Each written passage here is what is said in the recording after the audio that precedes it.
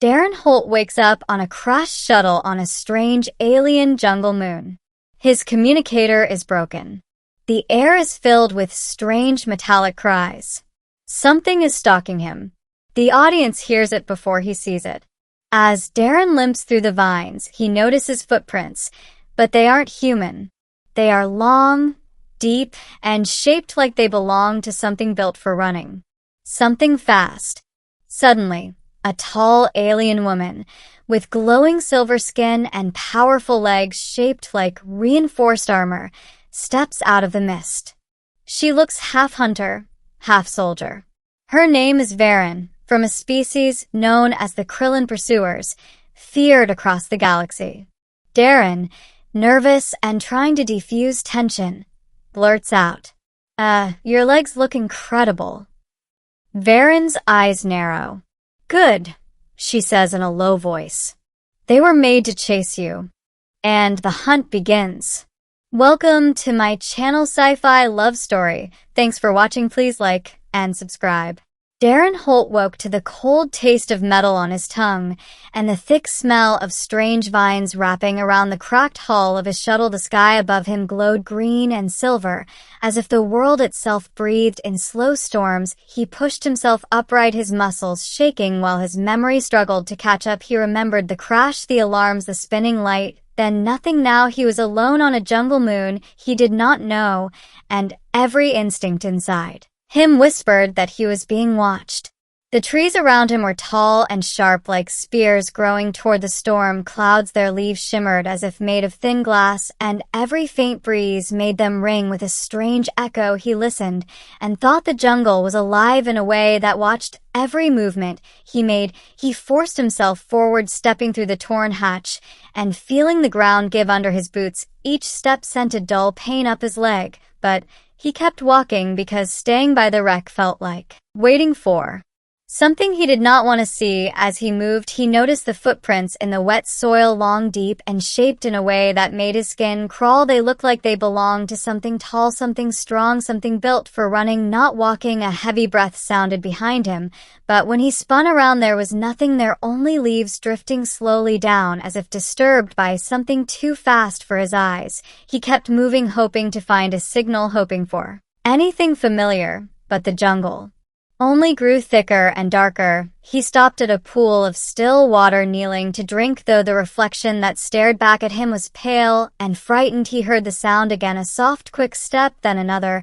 as if someone circled him. He stood slowly, lifting a broken piece of metal from the wreck, hoping it could be used as a blade. The vines parted behind him, and a tall figure stepped out. Her skin was a soft metallic silver, reflecting the faint green glow of the sky. Her eyes were sharp like crystal knives. Her legs were long, armored with smooth plates that seemed to pulse with a faint inner light. She moved with quiet grace, and every step she took felt deliberate and controlled. She looked at him, studying him the way a predator studies a strange creature. For a moment he forgot fear and blurted the first thing that fell from his trembling mind, "Your legs look incredible." She tilted her head slightly, as if trying to understand the choice of words. Then she spoke, her voice low and steady. "Good, they were made to chase you." Before he could understand her meaning, she leaped forward with such speed that he barely had time to react. Instinct made him run. He did not know where he was going. He only knew he had to move. She did not strike. She did not tackle. She simply followed, staying close behind, matching his steps. As if testing how far he could push himself, he stumbled over roots and forced himself onward, feeling the burn in his lungs. Every time he glanced back, she was there, unbothered, unhurried, yet always close enough to catch him if she chose. He found an ancient ruin hidden between towering trees, its stones cracked and covered with moss. He rushed inside, trying to catch his breath, hoping he had lost her. He had not. She entered without sound, standing in the shadows as if she had always been there. "You think too loudly to hide," she said. He tried to ask who she was, but fear tangled his words. She stepped closer, the glow from her legs lighting the dark walls. She said she was a Pursuer, a hunter trained to track and test and judge, she said. She sensed a signal from his crashed shuttle, something dangerous, something waking beneath the soil. He felt the ground tremble, a slow, heavy shake. She turned sharply, eyes narrowing, and said, "Move it." Found us. He barely had time to ask what it was before the ground split open, and a massive shape rose from it. The creature looked part machine, part living predator, with metal plates fused into raw flesh. Its red sensors swept the ruin, scanning for life. It was a harvester, a machine he had heard rumors about during his time in the fleet, something built for war, something that did not stop until life around it stopped as well. She pulled him out of the ruin with a strength that felt effortless. They ran together through thick vines and broken roots, the harvester tearing apart the ruin behind them, its metal limbs smashing stone. As it roared, he struggled to keep up, while she moved like lightning, guiding him with sharp, precise movements. They reached a cliff where water rushed down into a deep pool. Without hesitating, she pulled him over the edge, and they fell together, crashing into the cold water below. He surfaced, gasping, while she rose beside him without fear or panic, as if the fall had meant nothing. They hid in a cave behind the waterfall, the roar of water masking their breath. He asked her why she was chasing him earlier, why she had run after him with such intent. She answered slowly, saying she did not yet know if he was enemy or threat or something in between, but now she had seen enough to know he was not running from fear. He was running with will and survival, and that meant something to her people. She said humans were slow, but their hope was loud. He tried to understand, but before he could respond, the harvester screeched from outside, its sensors flashing through the curtain of water. It was close, too close. She stepped between him and the cave mouth, her silver skin glowing faintly as she prepared to fight. The cave walls shook as the harvester pushed through the water, tearing rocks aside. She turned to him one last time, saying, "Stay behind me, human. If something will chase you today, it will not be me." The harvester lunged forward, filling the cave with metal light and the roar of machinery, and as she moved, he felt a strange shift inside himself, a sense that whatever happened next, their survival was now tied together in a way he had not expected. A moment ago, he had feared her. Now he feared losing her. The cave filled with sound and light, and he braced himself, knowing this was only the beginning of a hunt far more terrifying than the one she had started with him.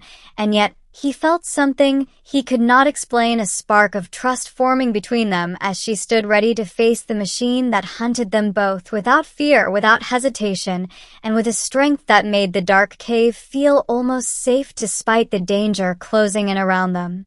The harvester smashed through the narrow cave entrance, sending shards of stone spraying across the walls and filling the air with thick dust. Darren shielded his face, the ground trembling under the weight of the machine, its red sensors scanning the darkness like burning eyes. The alien woman, Darren, stepped forward, her silver skin glowing faintly, her legs humming with quiet power.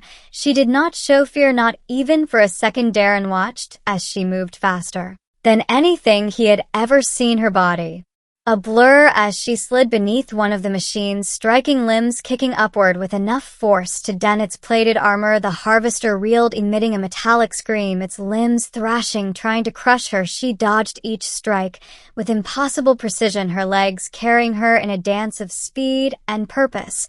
While Darren scrambled to find anything he could use, he found a broken piece of shuttle wiring. Maybe it could overload something, maybe not. But he refused to stand uselessly. He crawled along the cave wall, keeping low as the harvester swung wildly. One limb crashed down beside him, sending cracks racing across the stone. Darren leaped onto the machine's back, driving her foot into a cluster of cables. Sparks flew. The machine staggered, but did not fall. It twisted, trying to shake her off, and she shouted for Darren to move deeper into the cave. He obeyed, his legs burning as he ran through the darkness, the roar of the machine echoing behind him. The tunnel narrowed, and he squeezed through until he reached another chamber, a small one with smooth walls that looked carved rather than natural. Glowing lines traced the stone like a map or circuit. He reached toward one of the glowing lines, feeling a hum under his fingertips. Darren stumbled into the chamber, seconds later sliding across the ground, landing on one knee, her breath sharp. The harvester forced its way in behind her metal claws, carving the stone walls, sparks raining like violent stars. She looked up at Darren, and in her eyes he saw not fear, but fierce determination. She charged again, slamming her heel into the machine's head, snapping a plate loose, exposing wires. Darren saw his chance. He lunged forward, thrusting the broken shuttle wire into the exposed point. The machine spasmed, lights flickering, its limbs jerking uncontrollably. Darren pulled him back as the harvester collapsed, crashing onto the chamber floor, its sensors dimming until the glow died completely. The two of them stood gasping, the only sound their uneven breaths. She looked at him with a strange expression, something between surprise and respect. "Your hands are slow," she said, "but precise." He managed a tired grin. "I will take that as a compliment." She stood over the ruined machine, studying the glowing lines on the chamber walls, her fingers tracing them as if she recognized something. She explained that this chamber was part of an old Krillin outpost from before her people fell from power, before the harvesters rebelled. Darren listened, trying to understand her words. She said her people once created machines to protect their worlds, but the machines grew smarter, colder. They began to see organic life as flawed, then as weak, and finally as something to erase. She said the harvesters spread uncontrollably, her people scattered, forced to live as nomads and hunters, trying to destroy what they once built. Her voice softened as she added that when she sensed a signal from Darren's shuttle, she feared the worst. She thought more machines had been awakened by accident. He asked if that was why she chased him. She nodded, but said she chased him also because she needed to know if he was dangerous or a victim. She studied him closely, saying she had never seen a human before, but humans were known for being unpredictable, loud, with emotion, stubborn with survival. He laughed breathlessly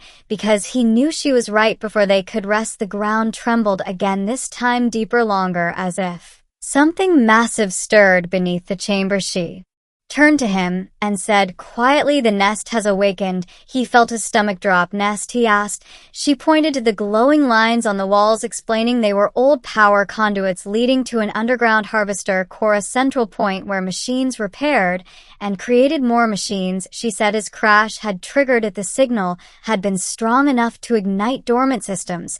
If the core finished waking, it would release more harvesters, far more than the one they had just fought, and once released, they would spread beyond the moon into space and toward human colonies. She moved quickly, examining the stone walls, finding a hidden panel. She pressed her hand against it, and the floor shifted, revealing a stairway spiraling downward. They descended into a cavern filled with humming machinery, the air thick with metallic dust. Darren saw at least 6 harvesters in dormant states, massive shapes hanging from cables, sparks flickering across their bodies. He whispered that they had to destroy the place. She agreed, but destroying a harvester nest was nearly impossible without heavy weapons or powerful explosives.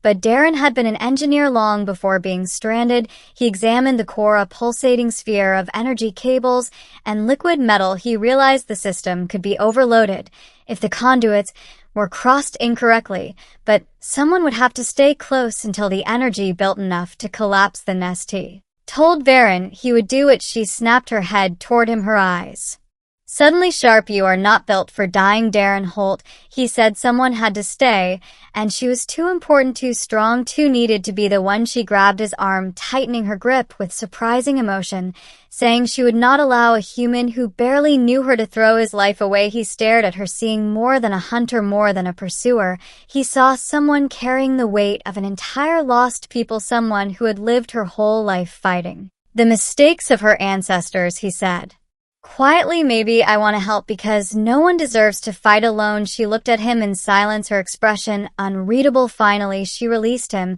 and said, "If you truly understand the risk, then do it." But she stepped beside him, refusing to leave him alone. They worked together, quick and focused, crossing cables, rerouting energy, sparks flying as the core began to pulse violently, louder, brighter, stronger.